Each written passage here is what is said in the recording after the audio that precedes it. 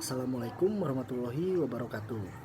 Kami dari kelompok 10 akan melakukan FGD dengan tema studi kegiatan bisnis atau studi kelayakan bisnis. Untuk pengertian studi kegiatan bisnis itu sendiri adalah suatu kegiatan yang mempelajari sarana mendalam tentang suatu kegiatan atau usaha yang akan dijalankan untuk menentukan layak atau tidaknya suatu bisnis dijalankan. Merujuk dari pengertian tersebut, kami akan menganalisis produk kami, apakah layak atau tidak dilihat dari keuntungan secara terus-menerus. Ada beberapa aspek yang sudah dijelaskan sebelumnya. Baik, untuk selanjutnya, dari studi kelayakan bisnis atau studi kegiatan bisnis ini, kami telah menyusun atau merancang beberapa pertanyaan dari studi kegiatan bisnis ini.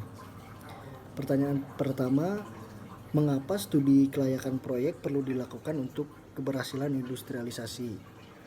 Baik, jawabannya mengacu dari penjelasan yang telah kami jelaskan sebelumnya bahwa bisnis ini mempunyai rencana bisnis, rencana jangka pendek menambah pengalaman kerja di sektor usaha bisnis. Dari rencana jangka menengah merintis dan dikembangkan untuk mewujudkan tujuan menjadi pengusaha. Dari rencana jangka panjangnya terus mempertahankan dan meningkatkan mutu usaha, menguatkan jaringan agar berkembang lebih luas. Untuk investor sendiri, studi kegiatan bisnis ini untuk menghindari keterlanjuran penanaman modal yang terlalu besar dalam kegiatan yang ternyata tidak menguntungkan.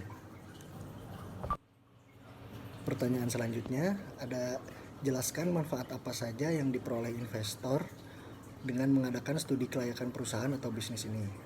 Jawabannya mengacu ke dalam penjelasan yang telah kami jelaskan sebelumnya, sudah jelas bahwa investor akan mendapatkan untung atau margin yang lumayan besar karena bisnis ini tidak mengeluarkan modal yang cukup besar. Dan ada juga rencana pendapatan yang sudah kami jelaskan sebelumnya. Ada juga analisa metode, analisa proses, metode pengumpulan yang dilakukan yaitu mencatat segala jenis aktivitas dan kendala yang menghambat kelancaran usaha. Analisa bahan baku, melakukan survei dan menjalin kerjasama untuk menyuplai bahan baku agar usaha berjalan dengan lancar. Analisa finish good, menyajikan rasa yang nikmat dengan menjaga beberapa proses yang dilewati dan dikemas dengan tampilan yang menarik. Analisa masyarakat, percobaan demi percobaan dilakukan untuk mendapatkan cita rasa yang sesuai dengan lidah konsumen. Setelah mendapat respon yang bagus, lalu mengembangkan usaha. Dari pembagian hasil kerja modal awal, maka dari itu keuntungan yang kami dapatkan dibagi rata dengan investor.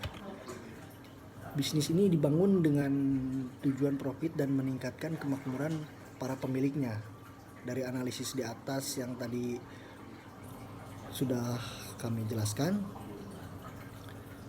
dapat disimpulkan bahwa menjalankan suatu bisnis bukanlah perkara mudah. Pebisnis harus memahami komponen-komponen yang berada dalam ranah bisnis sehingga bisa meminimalisir kerugian apalagi gulung tikar. Lalu diterapkan pada bisnis pisang karamel kelembutan untuk mencapai hasil yang memuaskan. Baik, saya akan menjawab pertanyaan yang ketiga, yaitu pada prinsip apa yang perlu diteliti di dalam studi aspek pasar atau studi kelayakan bisnis.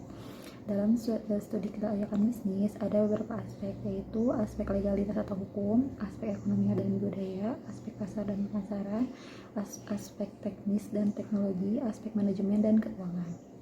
Dalam aspek pasar, yaitu aspek yang berkaitan dengan kondisi pasar dari bidang industri yang dijalankan oleh sebuah bisnis.